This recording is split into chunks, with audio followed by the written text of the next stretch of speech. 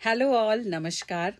ये जो बीमारी का मौसम है, इसे हम किस तरह से त्योहारों का मौसम बना सकते हैं, हर्षोल्लास का मौसम बना सकते हैं, जानने के लिए देखिए आगे का पूरा वीडियो। नमस्कार। इस वीडियो में हम मौसम की बीमारियों के बारे में चर्चा करेंगे, क्योंकि इस मौसम में हम देख रहे हैं कि डेंगू, फ्लू, मलेरिया इस तरीके की बीमारियां काफ़ी लोगों को हो रही है और हमारे कुछ परिजनों में डेंगू के कारण कुछ लोगों की मृत्यु हुई है। तो इस इन्फेक्शन से हम किस तरीके से बचाव कर सकते हैं, इसके बारे में हम इस वीडियो में चर्चा करेंगे। हम इस मौसम को बीमारियों का मौसम भी कह सकते हैं, क्योंकि इस मौसम में सर्दी, खांसी, जुखाम, बुखार और कई तरह के इन्फेक्शन होते हैं।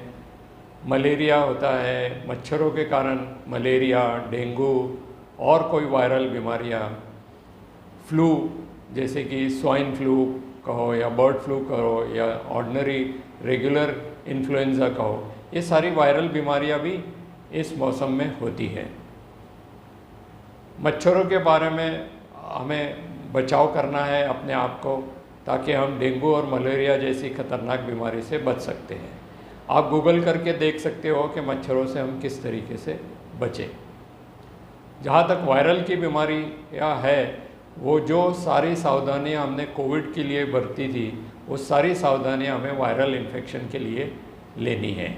जैसे कि मास्क का वापर करना है, सोशल डिस्टेंसिंग करनी है, हाथ अच्छे से साफ रखना है, धोना है, और इस तरीके से हम वायरल की बीमारियों से कुछ हद तक बच सकते हैं। जो महत्व का है वो है हमारी जीवन शैली।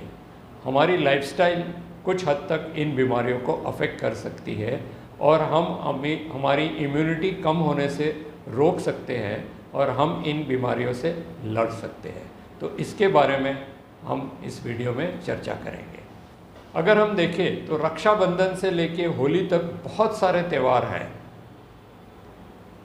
और इन त्योहारों में बहुत सारी ऐसे लाइफस्टाइल है, चीज़ें हैं जो हमें ये सारी बीमारियों से बचा सकती है।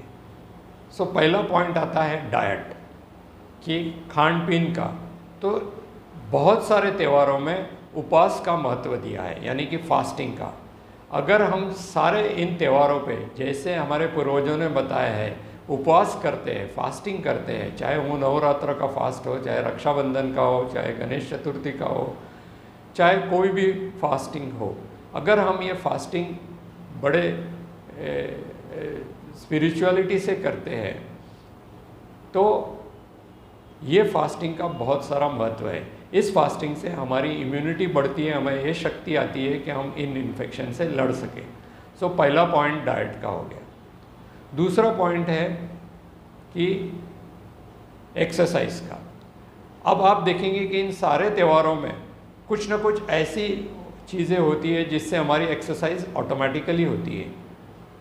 हम जाकर लोगों को मिलते हैं तो हमें ट्रैवल करना पड़ता है या चलना पड़ता है, गरबा खेलते हैं और या झूला झूलते हैं। बहुत सारी ऐसी चीज़ें हैं जो हम इन त्योहारों में करते हैं जिससे हमारी ऑटोमेटिकली एक्सरसाइज होती है। सो ये सेकंड पॉइंट भी ध्यान रखना चाहिए कि इन एक्सरसाइज से हमारी इम्यूनिटी कम होने से बचती है और हम इन इन्फेक्शन से लड़ सकते हैं। तीसरा पॉइंट आता है स्ट्रेस, यानी कि तनाव। हर त्यौहार में हम अपने परिवारजनों से मिलते हैं, हम अपने रिश्तेदारों से मिलते हैं, दोस्तों से मिलते हैं, अच्छे कपड़े पहनते हैं और हमें एक अच्छी फीलिंग आती है। चाहे वो दिवाली हो, चाहे गणेश चतुर्थी हो, चाहे रक्षाबंधन हो, चाहे होली हो, न्यू ईयर हो, क्रिसमस हो, ये सारी चीज़ें हमको, ये सारे जो त्यौहार हैं ये हमें एक दूसरे से मिलाते हैं, एक दूसरों की हम खुशियाँ बांटते हैं। इससे हमारा स्ट्रेस बहुत कम होता है। मैं तो हरदम यही कहता हूँ कि एक हिंदुस्तान हमारा ऐसा देश है, ये भारतवर्ष ऐसा देश है जिसमें इतने सारे फेस्टिवल्स रखे गए हैं कि जिससे अगर हम सारे फेस्टिवल्स अच्छे से फॉलो करें तो हमें कभी किसी भी तरीके का तनाव आ ही नहीं सकता।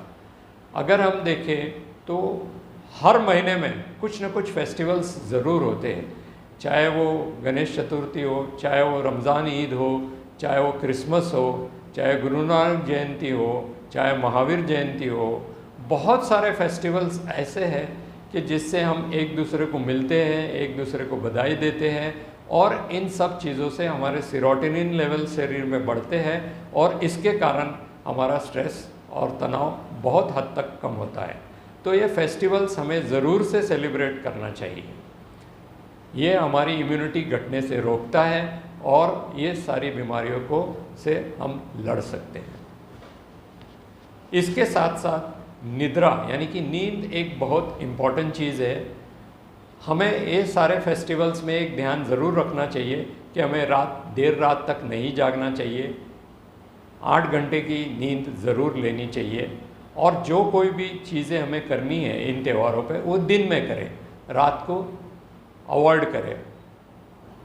इससे हमारी निद्रा और नींद अच्छे से आएंगी, क्योंकि हमें कोई तनाव नहीं है, एक्सरसाइज से हम थक जाते हैं और हम भोजन भी उतना ही लेते हैं जितना ज़रूरी है, क्योंकि ज़्यादातर हम फास्टिंग करते होते हैं, तो उसके कारण हमें निद्रा अच्छे से आएंगी, कोई प्रॉब्लम नहीं आएगी।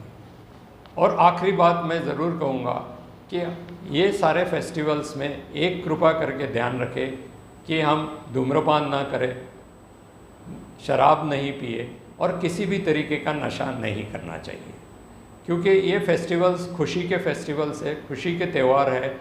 इसमें हम किसी भी तरीके का नशा नहीं करना चाहिए।